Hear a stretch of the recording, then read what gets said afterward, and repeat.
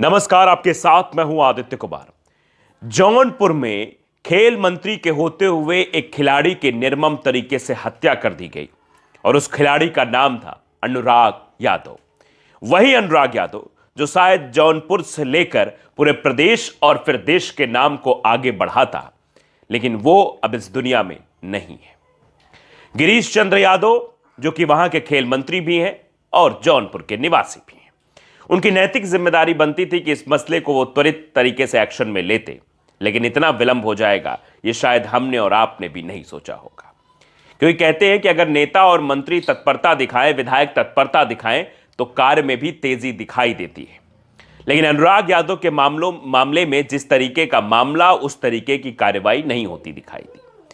अब 5 लाख की सहायता राशि जरूर गिरीश चंद्र यादव पहुंचते हैं और अनुराग के पिता रामजीत यादव को पहुंचाते हैं, लेकिन उसके साथ साथ एक सवाल भी जो है वो बना हुआ है कि आखिरकार लालता यादव के जो बिल्डिंग है और जिस पर बुलडोजर की मांग पूरा देश कर रहा है, उस पर बुलडोजर कब चलेगा? यह सवाल जस का तस बना हुआ है। आर्थिक सहायता मिल गई, इसके पहले धनंजय सिंह ने भी आर्थिक सहायता पहुंचाई, कुछ और संगठनों ने भी आर्थिक सहायता पहुंचाई।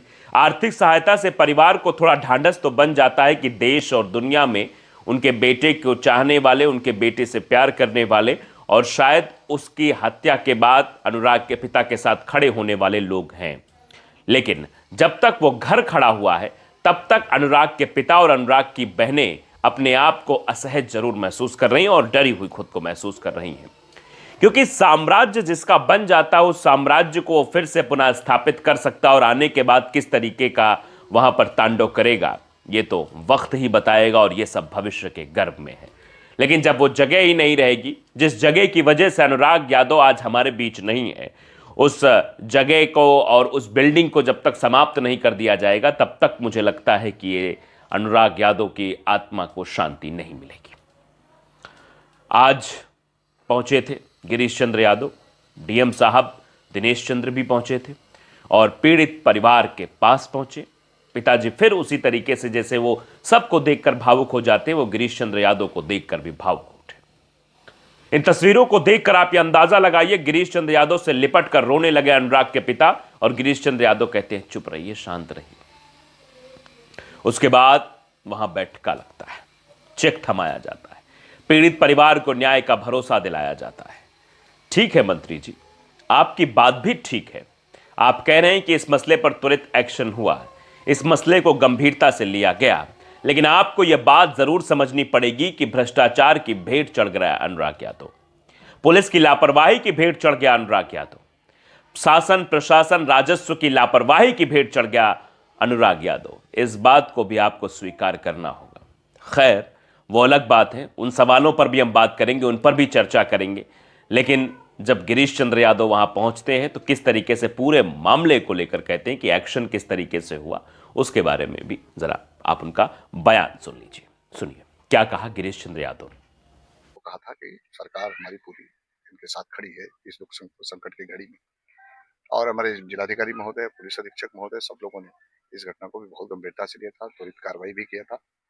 और मैंने भी माननीय मुख्यमंत्री जी से इस घटना को व्यक्तिगत रूप से मिलकर उनको अवगत कराया था। ये तो सुन लिया आपने, गिरीश चंद्र यादव ने सीधे सीधे कह दिया कि पुलिस प्रशासन हर तरीके से हम लोग अनुराग के परिवार के साथ हैं, परिवार को मदद पहुंचाने के लिए उसके साथ है और जब भी परिवार को कोई जरूरत पड़ेगी हम और हमारा प्रशासन उनके साथ खड़ा रहेगा। उसके बाद एक सवाल जो गंभीर सवाल है वो भी पूछा गया पत्रकारों के द्वारा। वहां पे यह सवाल पूछा गया कि जरा आप इस बात का जवाब दे दीजिए, क्योंकि ताइक्वांडो खिलाड़ी अनुराग था और अनुराग की एक छोटी बहन है, वो भी ताइक्वांडो खिलाड़ी है, तो उसके लिए क्या मदद की जाएगी? क्योंकि धनंजय सिंह इसके पहले पहुंचे थे तो उन्होंने कहा था कि जो भी पढ़ाई लगेगी, बहनों का जो खर्च लगेगा, और एक तथाकथित जो नेता बनने की प्रक्रिया में हैं गगन यादव, वो भी वहां पहुंचे थे। वो कह रहे थे कि मैं बहनों की शादी कराऊंगा, जब भी मुझे कार्ड मिल जाएगा मैं पहुंचूंगा, पूरी मदद करूंगा। तो यही सवाल जब गिरीश चंद्र यादव से पूछा गया तो गिरीश चंद्र यादव क्योंकि खेल मंत्री हैं तो लिहाजा यह सवाल बनता है और यह सवाल पूछा गया, तो उसके बारे में क्या जवाब गिरीश चंद्र यादव की तरफ से दिया गया वो भी जरा आप सुन लीजिए। खेलती है तो खेल में उसको सब प्रकार की हम सुविधाएं देंगे, आवश्यक होगा जैसे भी वो चाहती होगी उस दिशा में हम लोग कदम उठाएंगे। तो सुन लिया आपने, गिरीश चंद्र यादव ने इस बात का भरोसा दिलाया है कि हम पीड़ित परिवार के साथ हैं उसकी जो बहन है, अनुराग यादव की जो बहन है, वो जहां तक खेलेगी हम उसके साथ रहेंगे और उसको आगे तक खेलने के लिए प्रेरित भी करेंगे। लेकिन सवाल ये है, यहां कई सारे हैं कि कितने जमीनी विवाद इस समय पनप रहे हैं। उन जमीनी विवाद पर राजस्व की टीम किस तरीके से एक्शन ले रही है और किस तरीके से उन मामलों में हीला हवाली की जा रही है, और वो मामले इतने बड़े हो जाते हैं कि लोग अपने आप को या अपने सामने वाले को काल के गाल में भेजने से पहले एक बार भी सोचते नहीं है। हमने इसके पहले भी कई मामले दिखाए। जौनपुर के तुरंत बाद प्रयागराज में भी जमीनी विवाद में ही यादवों ने ब्राह्मणों की हत्या कर दी। उसके बाद आगे मामला जब चला तो हमने देखा कि लखीमपुर में एक पूरा परिवार ही समाप्त हो गया। जमीनी विवाद के चलते एक पिता पहले खुदकुशी कर लेता है, फिर उसके बाद उसके 2 बच्चे भी अपने आप को मौत के हवाले कर देते हैं। ये क्यों हो रहा है? ये सरासर लापरवाही के कारण हो रहा है। और इन मसलों पर जब तक लापरवाही के बारे में चर्चा नहीं की जाएगी, उस पर बात नहीं की जाएगी, तब तक मुझे लगता है कि ऐसे मामलों की पुनरावृत्ति होती रहेगी।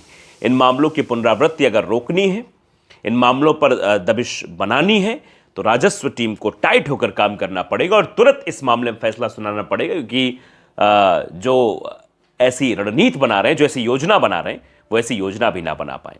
अगर इसी मसले पर, अनुराग यादव के मसले पर एक्शन हुआ होता, इस पर भी हाफ एनकाउंटर या एनकाउंटर हुआ होता, तो शायद दोबारा कोई जमीनी विवाद में इस तरीके की हिमाकत करने की कोशिश न करता। अगर इस मामले पर त्वरित एक्शन नहीं हुआ तो इससे आप समझ सकते हैं कि मामले अभी कितने, कैसे, क्या कुछ जाएंगे। लेकिन ये समझने वाली बात है कि अनुराग यादव के पिता को, अनुराग यादव के परिवार को आज सहायता राशि तो सरकार की तरफ से मिल गई है, लेकिन वो ढांढस कब मिल पाएगा, वो एक तरीके से उम्मीद कब मिल पाएगी कि उन अपराधियों के खिलाफ कड़ा से कड़ा एक्शन लिया जाएगा, उनके खिलाफ एक ऐसी नज़ीर प्रस्तुत की जाएगी ताकि दोबारा कोई इस तरीके की हिमाकत ना कर पाए। फिलहाल आज परिवार ज़रूर थोड़ा बहुत खुश होगा। उनके लिए तो खुशी अब किसी वीरानगी जैसी लगती होगी, क्योंकि खुश रहना तो शायद अब वो कभी, जब भी कोई ऐसा मौका आएगा तब भी अपने बेटे की याद आएगी, चाहे वो माँ हो, माँ को अपने बच्चे की याद आएगी, पिता को याद आएगी, बहनों को अपना भाई याद आएगा। लेकिन फिलहाल आर्थिक सहायता कुछ हद तक परिवार को मजबूत बनाने का काम करती है, जो सरकार की तरफ से किया गया। इस पर लोग अपनी प्रतिक्रिया भी दे रहे हैं, लेकिन सरकार को एक्शन भी तुरंत करना चाहिए और बताना चाहिए कि इस तरीके के करने वाले लोगों को हम बख्शेंगे नहीं, उनके खिलाफ कड़ी से कड़ी कार्रवाई करेंगे। इस बात का आपको भी, हमको भी, हम सभी को इंतजार रहेगा। तो सच इंडिया को अगर आपने सब्सक्राइब नहीं किया है, ज़रूर कर लीजिए, बेल आइकन दबाइए ताकि अपडेट भरे खबर आप तक पहुँचती रहे। नमस्कार।